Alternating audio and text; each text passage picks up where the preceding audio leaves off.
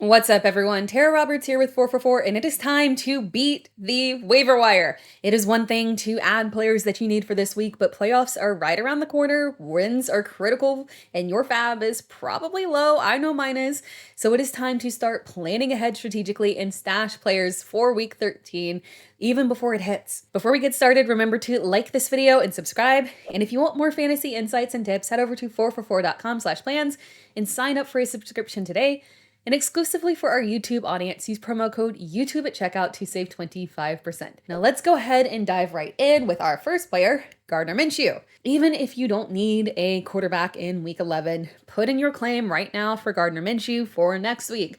Minshew could be the top waiver wire add at quarterback next week if he takes advantage of this matchup against Tampa Bay. Indianapolis leads with its ground game, but the Tampa Bay defense is just far easier to attack through the air. Jonathan Taylor will still get his, but we are talking about a Bucs defense that has allowed the third most passing yards on the season compared to the sixth least rushing yards before the Monday night games. Minshew has been a risky streamer because his floor is ridiculously low, but if he has a strong performance this week, he faces Tennessee in week 13, and that is about as good of a matchup as you can get.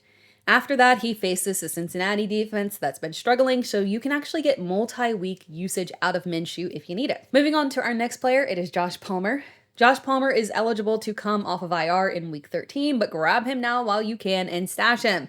That way, you don't have to spend any fab or waiver wire priority to get him because you'll be a week ahead of everyone else. The Chargers receivers behind Keenan Allen have had ample time to step up and claim an increased role in this offense, and they have failed miserably. Josh Palmer is the clear wide receiver 2 in this offense, and while Palmer hasn't had any massive performances, he's been a low-end flex option that will have strong value if he is active in week 13, but you also have continued value throughout the remainder of the season. And while Keenan Allen remains the target hog in literally any matchup, Palmer's floor is 10 fantasy points.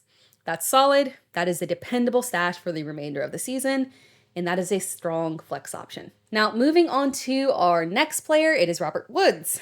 CJ Stroud is on fire, and you want any asset that is tied to him. Obviously, the preferred assets are Tank Dell and Nico Collins, but those guys aren't on waivers, so we are turning to Robert Woods. Yes, Robert Woods.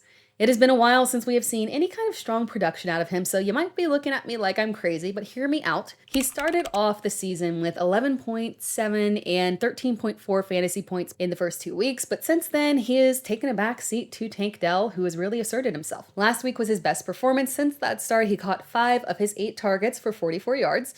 Not exactly very exciting, but I promise there is an excellent reason why we are looking to stash him. After this Week 12 game against Jacksonville, the Texans face Denver and then the New York Jets. This Denver defense is reformed and it is an absolute menace to opposing wide receivers. The tougher coverage will be focused on Tank Dell and Nico Collins, and we could see more targets shift towards Robert Woods.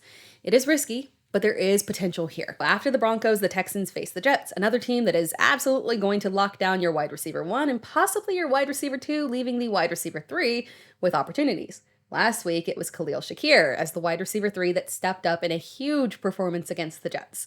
Again, it is risky, but it is very strategic. And if you're in a deep league, Woods is a solid stash for this reason. Now, it's also worth noting that if you are a lock for the playoffs, you could actually look at Noah Brown later this week. He is technically too high rostered right now, but he could be out again this week, and if he's out, you could see a potential dip down in his roster percentage across many leagues. You could grab him post waiver wire runs, so you're picking him up for peanuts and you're holding him for potential upside in the playoffs. Brown did benefit from the absences of Robert Woods and Nico Collins, but when a player has over 300 yards over the course of 2 weeks with the league's hottest quarterback, that is definitely something to note. And the same logic used to apply to Robert Woods also applies to Noah Brown here.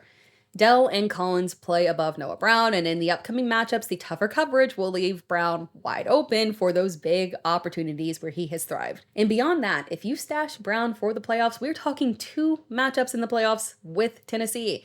In weeks 15 and 17, Brown is a strong stash here as well. Now we're going to cover one more player. It is Demario Douglas.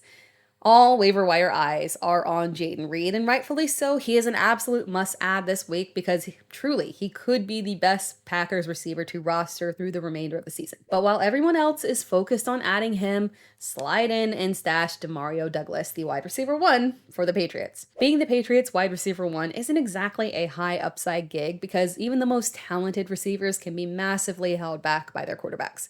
And Mac Jones isn't exactly doing any of his receivers a favor. But prior to the Patriots bye week, we finally saw some separation in target share, with Douglas dominating and putting up a solid 14.4 fantasy point performance. Weeks 7 through 10 prior to the Patriots bye week, Douglas was wide receiver 28 in total points, averaging 11.1 fantasy points per game, making him a wide receiver 3 for our purposes. And that was a better average over that time period than guys like Chris Godwin, Jacoby Myers, Jerry Jeudy, all high rostered players. And the big reason why we want to jump in this week and stash Demario Douglas is that in week 13, he really truly could have a strong fantasy performance. The Patriots face the Chargers, one of the single best matchups for receivers. Douglas is a solid flex option in that matchup, and he could give you that big win that you need to help your playoff push. That wraps things up. Thank you for watching this video. Be sure to like the video and comment below. And if you want more fantasy insights and tips, head over to 4for4.com/plans and sign up for a subscription today. And exclusively for our YouTube audience, use promo code YouTube at checkout to save 25%.